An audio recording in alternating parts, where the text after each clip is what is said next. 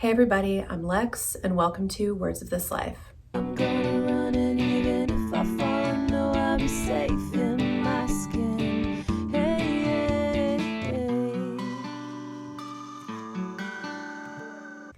Today's video is a heavy topic, and so before I jump in, I just want to kind of give a disclaimer first that there will be some intense, graphic, potentially triggering themes talked about here today, and so please just use caution before watching, especially if you are with children. Yeah, this is something that I've wanted to share for a while.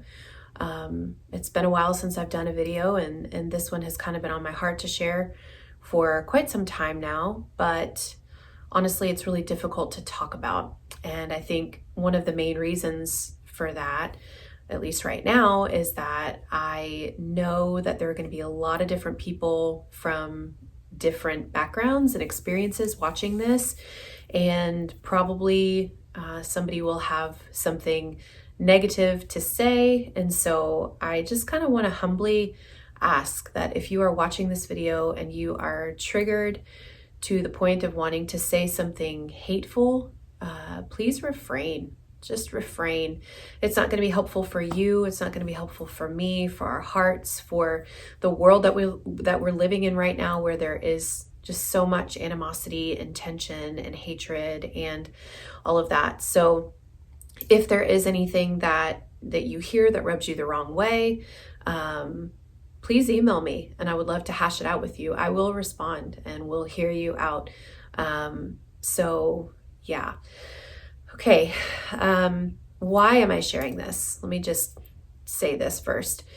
I think that you can find a lot of videos on YouTube or otherwise and stories of women who have had abortions and how it was the right thing for them to do and how they were able to pursue their dreams and their career and their all of that stuff because they made the right decision and got an abortion. And this is not one of those stories. I want to counter that, and I want to show the side of it that is darker and more traumatic, and just kind of highlight the trauma, not just of the abortions themselves, but of the emotional turmoil that you can very likely experience after you have an abortion for years to come. But I don't want to stay there. I want to also highlight forgiveness and healing and restoration and hope. And so I'm not going to leave us in a dark and sad place. We will come out of that, and I want to end in a way that will hopefully bring you hope if you need it today. So from the time that I was 17 until I was 19, I had 3 abortions, and I went to the same clinic every time. But if you have watched any of my other videos, I've said a number of times that there are just seasons and weeks and months and pockets of time throughout my life as an addict that I do not remember hardly anything at all. And so I've said before that the details are foggy, and this is no different. The details of these, at least the second and third one, are very foggy, and even somewhat in the first one as well. But I'm going to do the best that I can to give an accurate timeline. And at the same time, this is not about a timeline. It's about the experiences and about what happened. And so please bear with me and forgive me if I am trying to recall details and all of that.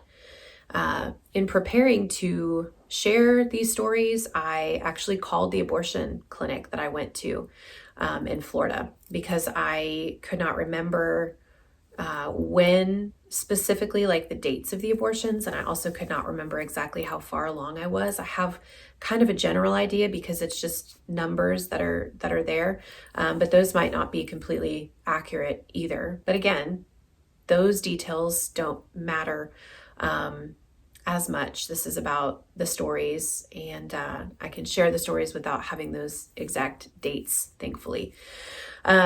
So the first one, I do remember the most clearly. I was 17. I had left home right as I turned 17, I believe. I might have been 16 still, but I think I was 17. I'd left home and had gotten involved with a guy who was a youth leader at a church. And you can probably imagine that he was the bad boy, which is what drew me to him, because I was not a Christian, would have not professed to have been a believer at that time, wanted nothing to do with church and God and Jesus and Christianity and any of that.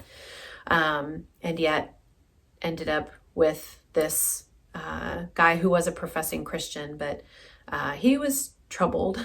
We'll just put it that way. We were both troubled. And so he was a few years older than I was, and he was a drinker and smoked a lot of weed, occasionally did something heavier than that. But this was actually kind of a calm 6-month or so period of my life, because I had started partying at 14 and, met him at 17, and life had been crazy up until meeting him. And so it kind of calmed down a little bit for a short period of time there. So anyway, we got pregnant. And he was really excited, coming from a Christian family. He was excited. They were excited. They wanted me to keep the baby. And frankly, early on, I did too. And then I started calling people and telling people. And one person in particular, I just really felt like I needed their support. And when I told them and they responded that they would not help in any way, I was heartbroken. And for some reason, because of the place in my heart that I held that person at the time, I just felt like I can't do this without them. And so I talked to my boyfriend and told him that I was absolutely not going to keep this baby. There was a lot of tension between us because of that. We ended up breaking up because of that decision eventually, just a number of months later. And so we had gone to an appointment and had a sonogram and saw the baby and heard the heartbeat and all of that prior. And so that was, days or weeks before, I don't know how long it was. And then that was when I started telling people, and that was when the decision was made. So I was dropped off at the abortion clinic. I don't remember if he wasn't allowed to stay or if he just didn't want to stay. I don't remember that. But filled out some paperwork and went into a room where they did a sonogram. I think legally they have to do that. I could have that wrong, but I feel like they had to do a sonogram before you could follow through with the abortion. And then after that was done, they talked with me, and then we went back into the procedure room. I lay down on a table and, or like not a table, you know what I mean? Like an operating table, I guess. I don't know. And there was a nurse in there, and then there was the doctor that was doing the procedure. They gave me twilight anesthesia, I believe it was called. That's what I remember. And so I was awake for this. And I remember feeling kind of some scraping and some pinching. And then they removed the baby in pieces and put the baby into, or had the pieces of the baby in a petri dish, and asked me if I wanted to see it. And I said yes. I did not the next 2 times. I did not want to see that again. And so I saw the little parts of the baby in the dish. And then I guess came down from the high of the medication, the anesthesia rather, and sat in a recovery room, and then was picked up and was taken to my grandma's house. And I stayed at my grandma's house for a few days. And I was not prepared for the emotional upheaval that I was going to experience at that time. They had given me some kind of pain pills, Vicodin or something, which I, of course, did not take correctly because I had a drug problem and just wanted to escape all the time. But I remember sitting in the bed at my grandma's house, or laying down and calling people. I don't remember who I called, but I remember calling people crying. Don't remember the conversations, but looking back, it was like immediately I was affected by this decision. But I did what I was so well known for doing in my life, which was just left it behind and got high and tried to move on and pretended like nothing bad was happening with my life. That was kind of the chaos cycle that I lived in. So that was, just to kind of time that a little bit, that was 2002, around November of 2002. And I can't remember if I said this, but when I was preparing to do this video, I called the abortion clinic because I wanted to have dates and I want to know how far along I was. But they don't keep records that are older than 10 years. And so because this was in 2002, 2003 and 2004, they did not have those records anymore. And so trying to give an accurate timetable here, but so I think this one was around November 2002. And then a lot happened in the next year. So by November of 2003, I had left the job that I was at. I had gotten into the sex industry. I had broken up with the boyfriend, had moved into an apartment by myself when I turned 18. My mom helped me get a place, and very quickly that started to spiral. I ended up having my electricity turned off and lived in it for a few weeks without electricity because I wasn't paying my bills. Ended up being evicted, and then shortly after that was arrested for drug trafficking. And so that's a lot of details pushed into one little sentence there, but if you are not familiar with my story, you could watch my other videos and learn more about how all of that went down. So yeah, November 2002 had the first abortion. November 2003, all of this stuff had happened and I was arrested. I was put on probation, and this is the one that I have the hardest time dating, but it was sometime early in 2004 that I had the second abortion. And so I don't remember a lot of it. And honestly, as I've been preparing for this over the last couple of days, that's I've grieved that a little bit, not just because of the abortions and not remembering those details, but there's just a lot. There's like little pockets of time throughout this 6 or 7 year period of time where there's just a lot that I don't remember, and that makes me sad. And so I don't remember all the details of this one. Do not know who the father was. Do not remember how I got to the clinic. Do not remember how I left the clinic or who brought me home or where home even was at that point. I lived very nomadically as an addict and just kind of went wherever I could and overstayed my welcome wherever I could, especially for people that were supplying me with drugs. And so I'm not sure who the father was. Actually, what's interesting about that one, and this is a whole other story for another time, I guess, but I was on probation and I had run away to Miami with a guy that I met online, and that ended up being a very, very, very bad situation. And that was a bad situation. So that was the second one. The third one was, let's see if that was early in 2004. The third one was toward the end of 2004. I would say September-ish. And the only reason that I have any kind of good idea about that is that I found a picture where my hair was dark. And for some reason, that was something that stood out to me, that if I could just find that picture where my hair was dark, then I would have a better idea of when this one was. And so that was the third one. I do remember something interesting about that appointment, specifically from during the time of the procedure. I remember the doctor saying something to the nurse about needing to give me extra drugs. And it seemed even off to me at the time as someone with a drug problem. It seemed off to me, and it it almost seemed like he was just kind of catering to the fact that that I had a drug problem, and that, well, she would enjoy more drugs, so go ahead and give her more drugs.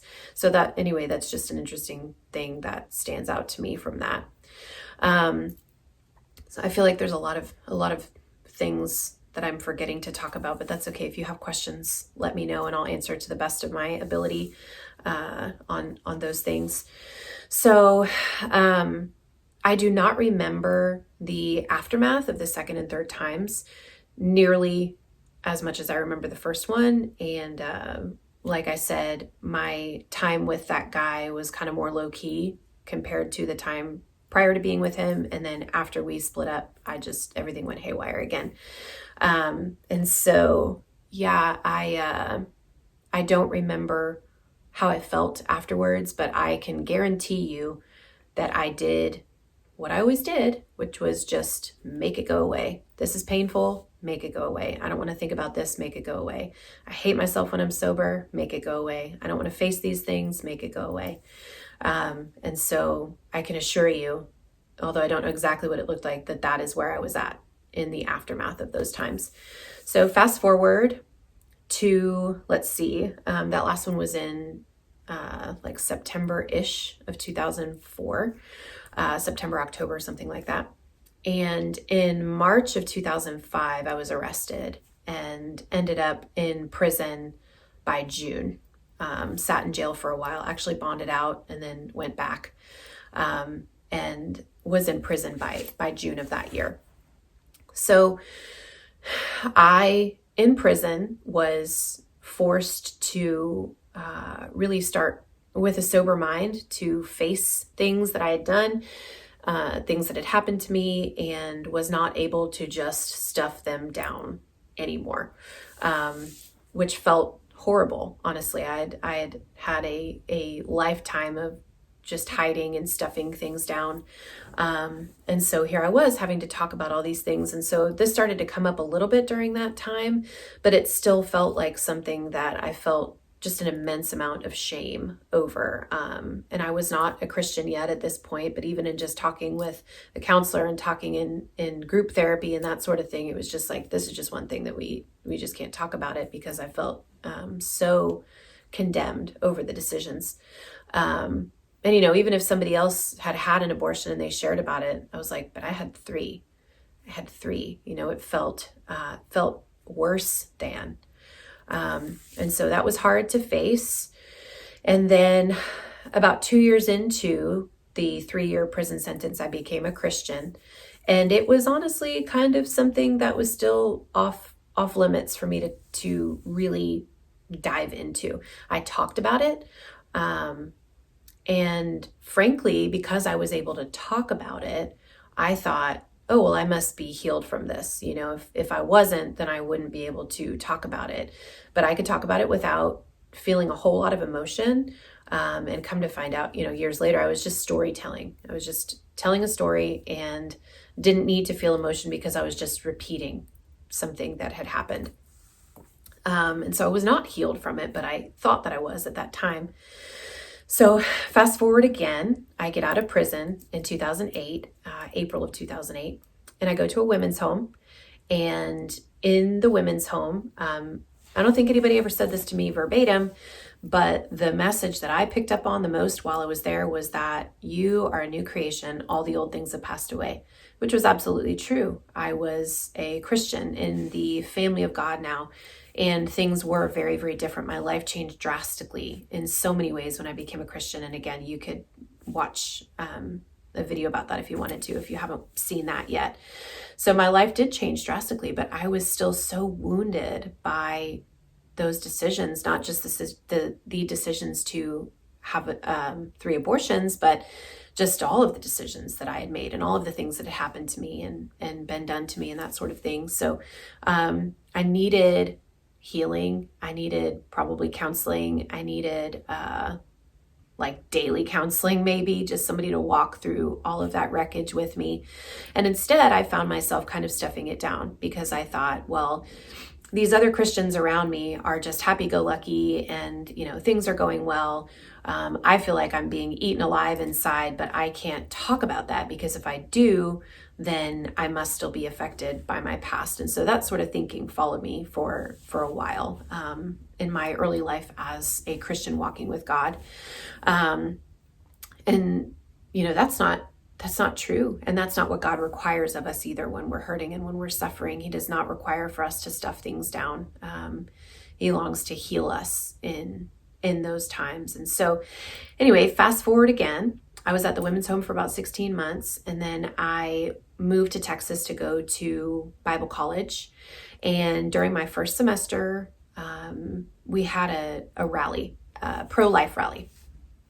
And we had some speakers like community leaders and pro-life speakers, whatever you would want to call them, come and talk with us. And we prayed and talked about abortion statistics and all kinds of things. And I was just shaking in my seat, and my shaking turned into weeping, and my weeping turned into sobbing. And I just absolutely couldn't stay in that room anymore. And so I walked out, and I don't remember if I found somebody or if somebody found me, some leaders, group leaders, but I ended up in a room off to the side with them, just praying and confessing and sharing that the deep fear in my heart was that I could be forgiven for these other things, but I could not be forgiven for this. It was like in my head and in my heart, it was in a really different category. But it wasn't for Jesus. And I learned and have been learning for years and years since that when he died for me, he knew absolutely every terrible thing that I would ever do, ever think, ever say. And he still chose to take my place and take the wrath on himself that should have gone to me. I should have been the one. And yet he took my place instead. And so that was a game changer for me at that time. I was able to talk about my abortions with emotion, which at face value might seem like, oh no, that's not good. You don't want to have emotion by it. But remember, I had been emotionless and stoic about it for so long that being able to feel emotion and feel that softness in my heart toward those situations was really a gift to me, that I feel like I was able to just process better and to be able to move forward and find healing and hope. So around that same time, actually, I met my now husband at the Bible college, and we got married the following year, probably about a year after that rally. And we got pregnant immediately. If it wasn't on our honeymoon, it was just a couple of days after our honeymoon, but it was right there, very early on. And while we had people in our lives that were like, oh, what are you going to do? You guys are broke college students and you're young and you have only known each other for a year, and now you've dated and been engaged and married, and now you're throwing a baby into the mix. We had those kinds of comments around us, understandably so, but everybody was honestly just elated, and there was no question in my mind or in his or in anybody else around us that we were not going to keep the baby. There was no question that we were rather going to keep the baby. And so we went to an OBGYN, and at my first appointment with her, she told me that there was a good likelihood that I would miscarry because of the abortions, because of the procedures that I had had. And I do not remember them telling me that. I don't remember them telling me that I was going to be depressed for days afterwards. I don't remember them telling me that this could increase my chances of not being able to conceive or carry a baby to full term. I feel like that was information that was not shared with me. Maybe it was, but I have no recollection of that. It didn't seem like they were willing to help me weigh options. That's not what abortion clinics are for. They're not there to get you to weigh your options. Like a crisis pregnancy center, for example, where they'll talk with you about your choices and things like that. And so, yeah, I was obviously very scared when my OB told me that, because, I don't know, it just kind of felt, it just felt scary to be told that. And I'm not sure how helpful it was for her to tell me that. But thankfully, I did not miscarry. I carried our first to full term. She was actually a week late. And after she was born, for the first, the early days, when I didn't have other kids running around yet, and I could just lay in bed and hold my baby and look at her and cry. That's exactly what I did. And it wasn't tears of sadness. It was just thankfulness and just this great sense of unworthiness, but also the forgiveness and the grace and the mercy of God is what I was walking in every day with her as a baby. And really ever since too. Because I feel like I, of all people, should not have been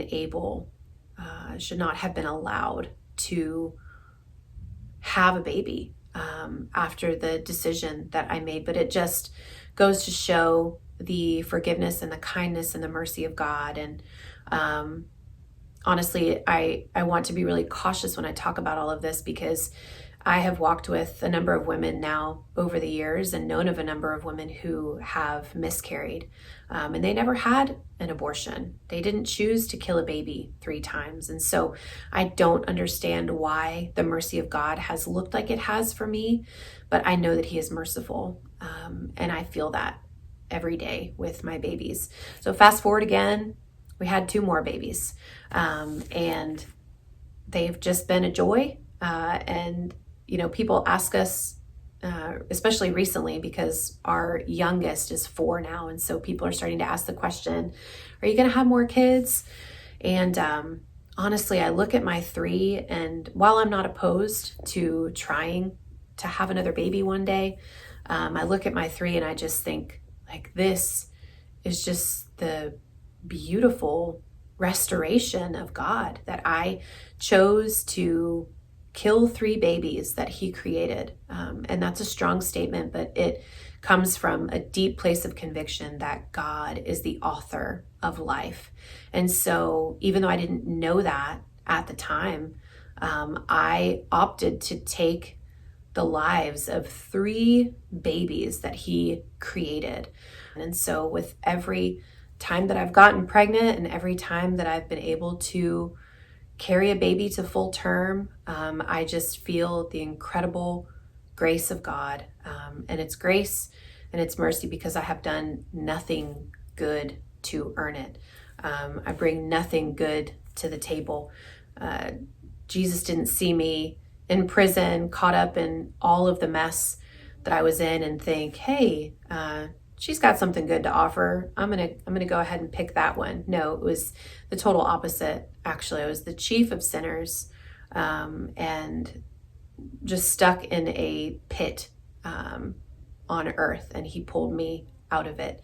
And He has continued to pour out mercy and grace and healing.